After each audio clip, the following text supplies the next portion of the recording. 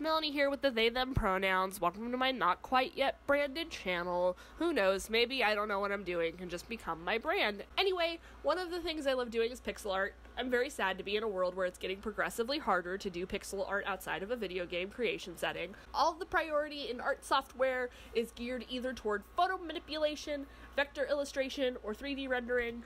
Meanwhile, I've enjoyed making works pixel by pixel for almost 20 years now.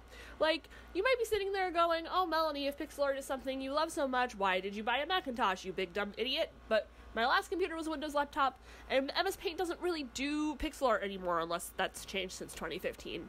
The other night, I wanted to listen to You're Wrong About obsessively and make pixel art, so I decided to recreate the podcast beautiful logo and write some of my feelings about the podcast after the fact. One more note about my art setup before getting to the actual subject matter, for those who are curious. I have been using a software for a few years now called PicoPixel. It's free. I don't know offhand if it's available for Windows or not, but it is definitely available for Mac. It isn't always the most intuitive of programs, but I like it. Crazy as it is, I've made animations using PicoPixel and iMovie. My 1TB computer is half full, and I am near certain that half full is half full of PNG frames I saved one by one. As much of a time suck as it is, I'd love to do some sort of animations for this channel in the future, even if they're non-fluid frames. Don't remember the word for that. We'll see what happens. Okay, on to the subject matter. I started listening to You're Wrong About around a month ago.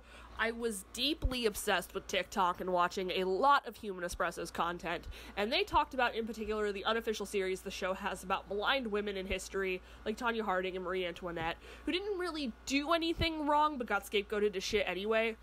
Unsurprising from the title, You're Wrong About is a podcast hosted by millennial journalists Michael Hobbs and Sarah Marshall, wherein they debunk common cultural myths in the United States.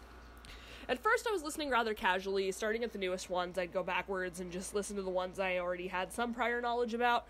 The Wayfair thing had just happened, and so they were debunking the idea that a Wayfair child-selling conspiracy could happen, and then getting into one of my specific side interests, which is debunking human trafficking as we know it. I want to get into my personal experience with human trafficking for a moment. First of all, no, I was never trafficked. This is much more petty and more about my disdain for rich people. For my bachelor's, I was very fortunate to get into a private college, and very fortunate to make that as cheap as possible for myself. The college didn't matter to me because it was private. It's not a very well-known school, so that prestige actually gets me very little. But what did matter to me is that it's a very left, very social justice-centered environment. Now, that's never evenly spread or idyllic, but it's what drew me there. My first semester, my professor debunked sex trafficking in a fashion very similar to what Hobbs and Marshall do on You're Wrong About, multiple times. Basically, human trafficking is very real, and it's not that sex trafficking never happens, but it's simply not the kidnapping and selling women and children on a black market of forced sex labor type of problem you're thinking of. It's actually a byproduct of racist, shitty immigration law when it's actually happening.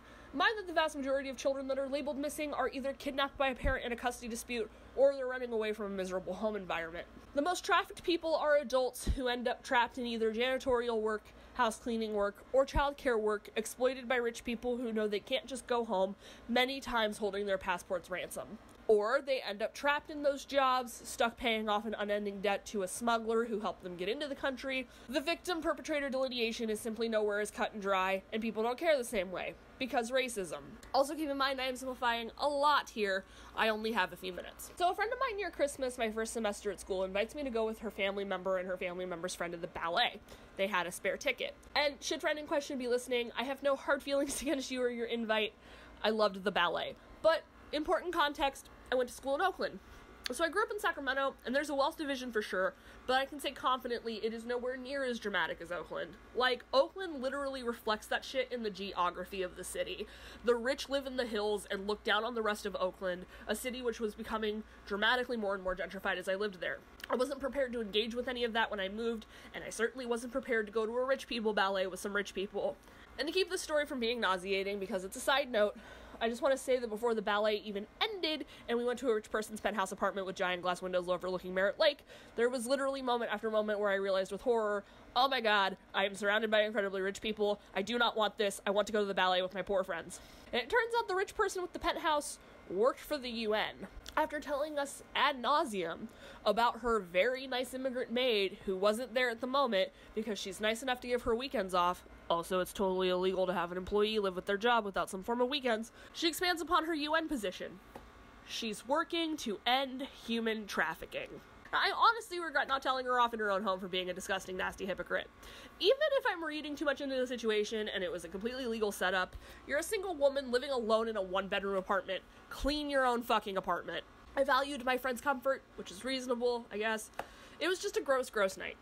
Except the ballet. The ballet was beautiful. All of this is to say, I do believe the Wayfair episode was the first one I listened to, and I immediately loved and appreciated Hobbs and Marshall. I hopped around a few episodes, learning more about Courtney Love and Anastasia, until I found myself listening to episodes of subjects I knew nothing about, like Disco Demolition Night. And then I was listening to the newest episodes as they released, until I was like, hey, I can't listen to part 4 of Nancy Grace if I haven't heard parts 1 through 3, and then I realized, wow, Nancy Grace is a sad woman doing a lot of damage, and then I realized, oh hey, it's 2020, and finally podcasts automatically play oldest to newest like they always fucking should have. So then I started from the beginning. I marathoned 25 episodes in like a week before sidetracking for Sludge, which I might talk about next. I'll try to summarize some of what I've learned voraciously inhaling these episodes. Keep in mind, I've had a pretty debunking-centered education already, and that I've known a surprising amount of what Hobbs and Marshall have discussed already. As Sarah Marshall talks about a few times, moral panics are this awareness that it's incredibly dangerous to be a child in the United States, extremely dangerous to be a child in the United States, yet with completely misguided actions to actually do anything about that danger. In fact, it seems to only create more danger for vulnerable demographics of adults, while doing not a thing to improve child safety. Expanding upon this, shaken baby syndrome, regardless of intent, ended up in Impact being this excuse to put a ton of innocent people in prison and pretend it kept anyone safe, leading me to really grasp just how much prisoners are the product in the United States. Like, comment, and subscribe if you want me to try to unpack that bit of academic theory that resides in my brain from like 6 years ago. Stockholm Syndrome is probably nonsense. Monica Lewinsky had a whole-ass one-sided affair with the president. I come from a family that has insisted she was a Bob Dole plant for 2 decades. Yes, I am serious. Monica Lewinsky really acted just like I did, trying to get multiple shitbag men to love me, like many insecure young adults have, and it straight up destroyed her life. Our Bud Dwyer killed himself in pre-recorded footage, and journalists chose to air his suicide on the news, uncensored, after the fact. I've learned so much, and yet so far the episode that has by far emotionally impacted me the most is the episode on the obesity epidemic. Now again, I don't really align with the mainstream culture on the obesity epidemic either. I have self-identified as fat with political motivation since 2011, which I'm proud to say put me a bit ahead of the curve on the fat positivity / fat acceptance movements. However, my thought process up to this podcast was basically that, like, oh, science changes and sometimes professionals don't keep up, you know? Doctors are ill-informed, but that's a generation that will be weeded out by the passing of time, and of course by fat people standing their own ground when they are impacted by fat-phobic healthcare. Until I realized that the science has been pretty consistent on fat being a poor indicator of health since 1959. 1959! That's when we first knew that the human body tries to regulate at its fattest point, and that long-term weight loss is largely impossible. We've known for over 60 fucking years.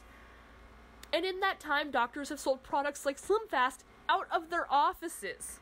Look, I'm anti-capitalist. I've known with pretty solid regularity that America is extremely capitalist, and that what makes money will pretty much always win out over what is right. Even before being anti-capitalist, I've known the idea of follow the money since I was like 10 years old. Perhaps it's wild that I'm shocked by how flagrant and intentional the misinformation and cruelty is. And yet, here I am. And I think unofficially that's the thesis of a lot of You're Wrong About. Regardless of intent, the cruelty in our culture is direct and open. We're by default a judgmental population who can't put ourselves in other people's shoes, who want to think we're doing the right thing by throwing tomatoes at the man in the gallows, even though we never came together to do anything to prevent the circumstances that put the man there to begin with. It's a huge bummer.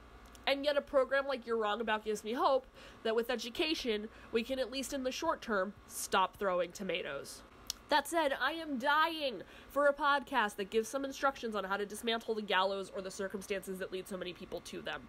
So if you have suggestions, please leave them in the comments for me. I enjoyed recreating the pixelated logo, so maybe I'll do a series and talk about different podcasts. I'm pretty green to the world of podcasts, so suggest away. If you liked this, please engage. Like, comment, subscribe. Especially comment. I really want some feedback to know whether I'm doing things that work or are interesting or not. So thank you so much. Bye.